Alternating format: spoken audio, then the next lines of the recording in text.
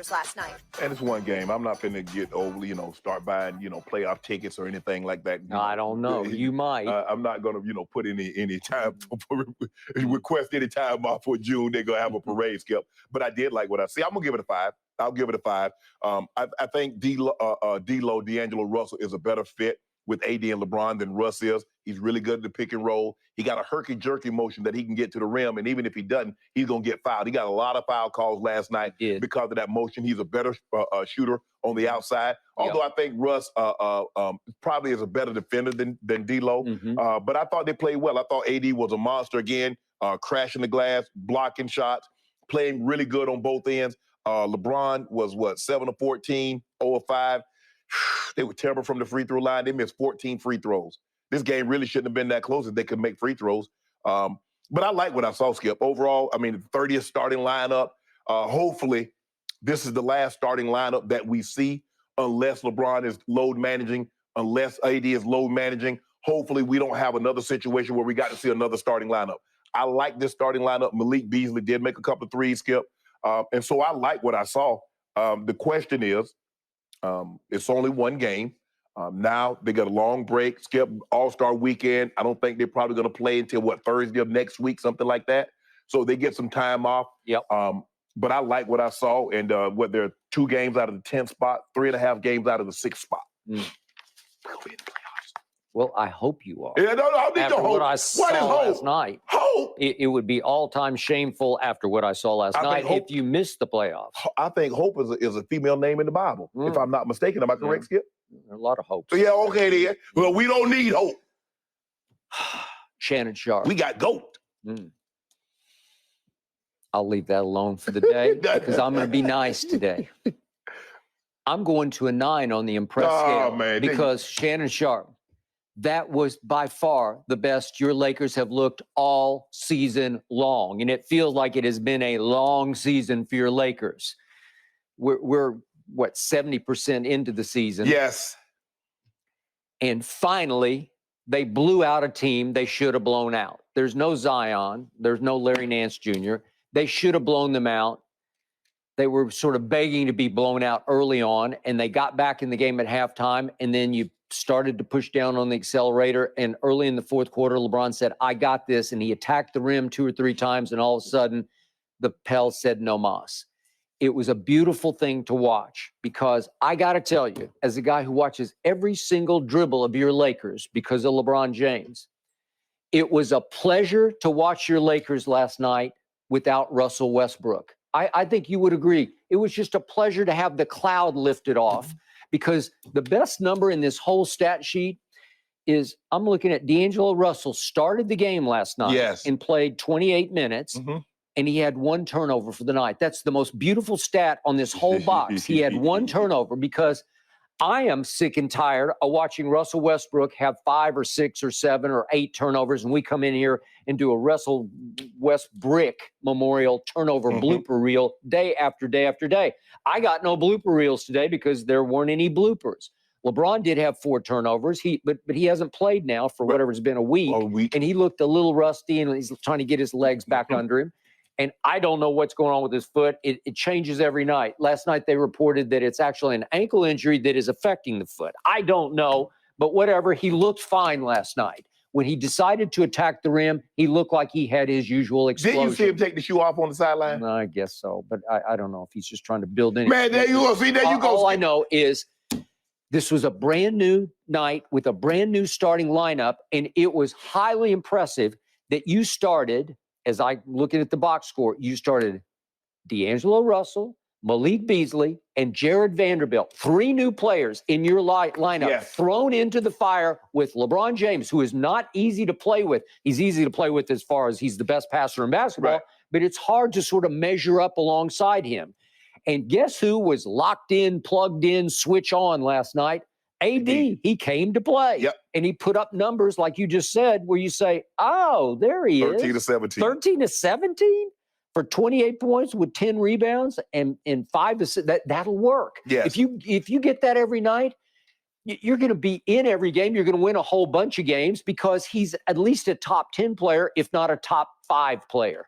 So I loved LeBron after the game. He was raving about his new teammates. I told you yesterday they got 10% better. I'm going to go up to 20% better because there's no more Give us rust. one game. Okay, I got it, but I could see it. I got to see them in a real live NBA game against real competition, a team that had just embarrassed you down in New Orleans not too long ago. Yeah, payback. Yeah, and there's a little payback going on here. But LeBron did say after the game something's brewing, and he said, I just love what we were able to pick up. So do I. So here we go. And then he went specific, and nobody can get more specific in player capsules than LeBron James. Right. He's great after games. So he's talking. You mentioned about D'Lo. Here's LeBron. He says, I know D'Lo is really good, shifty point guard. He can space the floor because he's very crafty, very deceiving with his quickness, the way he plays the game. Well, he is. He's got a sort of stop and go to him that it gets you back on your heels. He's a quicker Mike Conley. The Mike Conley plays the left-handed guy. They got the little crafty moves. He's taller. Yes. Is he 6'3" or 4? 6'3", 6'4". I think he's 6'4", actually. Okay, he can shoot it. He's not a natural-born point guard, but LeBron can do that. Scorer. Okay, he's just a scorer, and he's a shifty, sort of deceiving scorer. I love all that. And then it was interesting that on ESPN last night, they said that Brandon Ingram's number one toughest defender on him is Jared Vanderbilt. Mark Jackson said that he heard it from one of the Pels broadcasters, that BI always says that the guy I have the hardest time against is Jared Vanderbilt. Well, how good is that? And then it was LeBron after the game saying Vando is a Swiss Army knife. Defensive ability, offensive rebounding, all the things you saw tonight. Well, how sweet of a pickup is that? Yeah. You struggled on defense, and all of a sudden you got a guy that BI, the former Laker, and their best scorer says, I have the hardest night against him. Okay.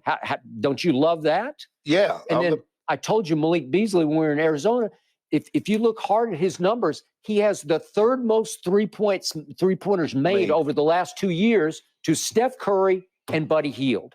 Well, how great is that? Have you not struggled from three? You actually struggled from three last night, but it didn't matter. 3 and the free throw line. Okay, all right. And Mo Bamba, that's the same. I mean, he do 8 feet tall, and all he want to do is shoot threes. Okay, but if you look at his numbers, they say he can shoot threes. Well, I saw him last night, and my eyes say he can't. Okay, well, he missed all 4 yeah, of them, right? 5. 5 of them. Okay, he missed 5 of them.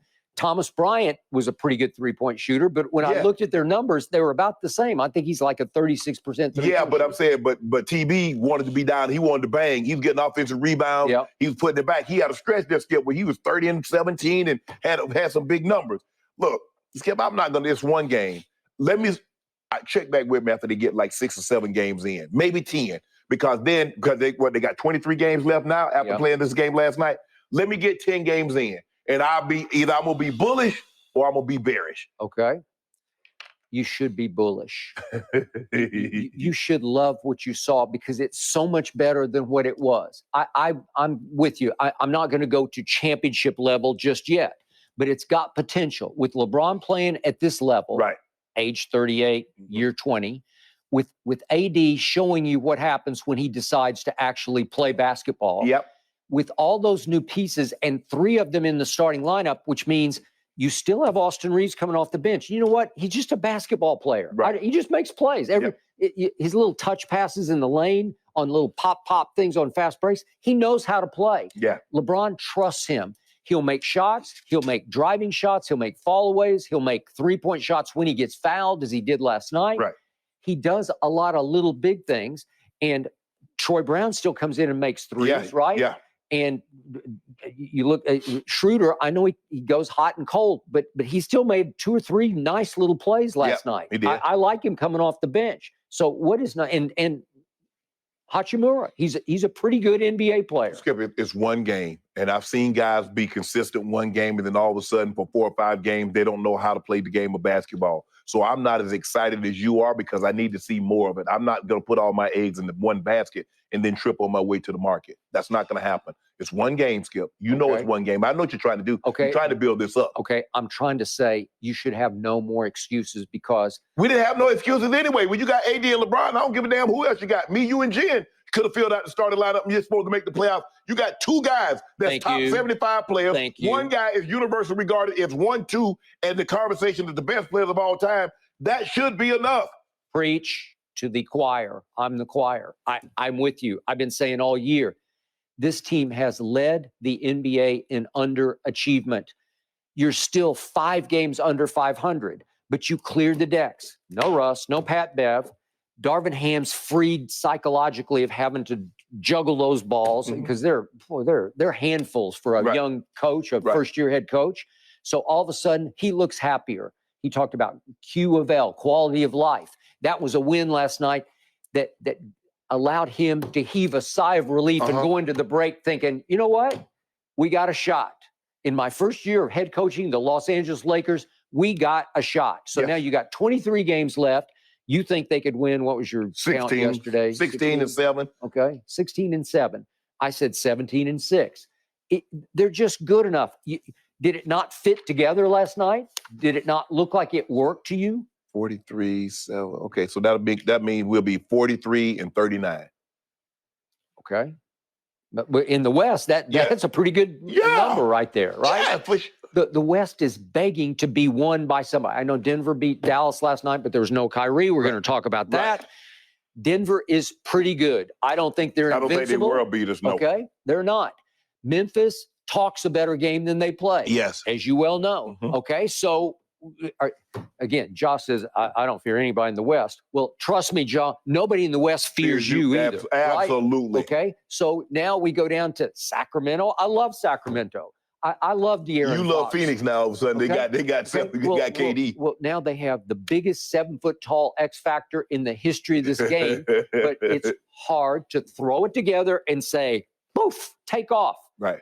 It should be easy because you got a historically great point guard. Yep. You got a guy in Kevin Durant that doesn't need the ball. He doesn't need to be ball dominant. Yeah. All DeAndre Ayton got to do is like, bro, I'm going to protect whatever you guys need. If I need to give you 10 points and 18 rebounds and 3 or 4 block shots, I got you. Because I don't know if he doesn't need to give them 20 and 10 because you're going to get plenty of points from Book. You're going to get plenty of points from KD. They got a night. I mean, their bench is not as deep once you gave up Mikal Bridges. You saw what he did last night. Yeah. Cam Johnson is not there. But I think they got Terrence Ross on a buyout. That's going to help them a lot. And 3-point shooting. And TJ Warren came over in the deal, and I like him. Yeah. So I don't think they're a bad bench. Yeah. So they are the team. I believe they're the team to beat.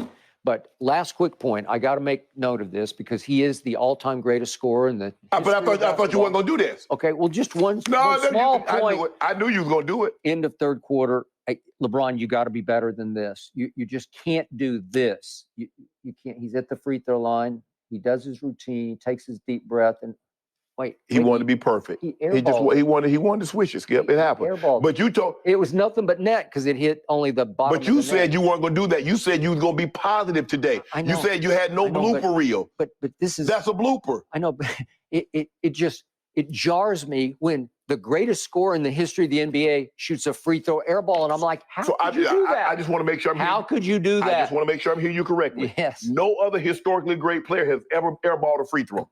You know what? We've talked about this before.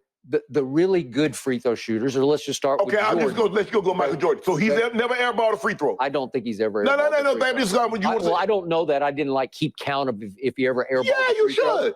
Like Kevin Durant is a very good free throw shooter. He's up around 90%. Do you think he ever missed the rim on a free throw attempt? Internet, do your job. Sleuth. Okay. Sleuth, do your job. Yeah. Find one. They're going to find it. They're going to find it. Because if we look harder at LeBron's career, we might find 8, 9, 10. No. But what you said is that no great free throw shooter, has ever airballed. So I was like, okay, forget great. What about Jordan? Because that's the thing that you always compare to. I can assure you, Michael Jordan has airballed a free throw. Well, I don't know that for a fact. Okay, seriously, I don't know that. Don't worry about it. They're going to find out. He was an 84% free throw shooter. You're a 74%. But you told me, the way you talk about him, he was 100%. I did not talk about you talk about, he would just go swish, swish. No. I've seen him do. I've seen him do it for money. Left-handed, blindfolded, swish him. I have. Yeah. I witnessed it. Yeah. One day, I saw him make 2 in a row, left-handed with a blindfold on for God knows how much money. But there was a bunch of money on the table. Wow. I saw it in Indiana on a practice in the middle of the Eastern Conference Finals in 1998. I saw it. Well, he must have had a blindfold on when he was going up against those Celtics. Yeah. Because he sure couldn't beat them. Well, he scored 63 against and lost. Yeah. I know a guy that threw for 500 yards in a game and lost. I know a guy who went 6-0 in the finals with 6 MVPs. I don't know how he did it. Easy. But he's the He was GOAT. the favorite. Yeah. Yeah. He was the GOAT. I'm just The trying to figure runaway out, GOAT. when did they start having final games? In the 90s? So they had no finals in the 80s. So how the hell did Magic Johnson and Larry Bird get 5 and 3 respectively if they had no finals in the 80s? You know, I was thinking last night, anybody who truly believes that LeBron is better than Michael Jordan must also believe that the earth is flat. No, Yeah, the earth that's is round and the GOAT is better. Jordan can be a GOAT, but there's level to GOATness. Yeah. There's GOAT, there's GOATer, and then the GOATist. Okay. I'll let you hang on to your delusion for today because that looked like a basketball team last night. It did. You know it and I know it. Now you're afraid of it because you know LeBron doesn't have any more excuses. He didn't, Skip, we didn't give him more excuses, but the guys need to be consistent. Okay, he wanted Russ, and now there's no more Russ. Is it possible Rob Pelinka is now on pace to be the executive of the year? That ain't happening. Why not? Because. Well, after last night, I'm saying, what a bang-up job you did. So what about James Jones that pulled out the KD trade? So what's he gonna get? Yeah, I think the owner pulled that one off, but go ahead. Yep. No, all right. We good. Guys, the Lakers led wire to wire last night. They dropped 38 in the first quarter. But Shannon, I will see you and your Lakers in New Orleans for a rematch on March 14th. Ooh, Okay. Wow. Okay. That sounds like a challenge. It is. It is. Thanks for watching.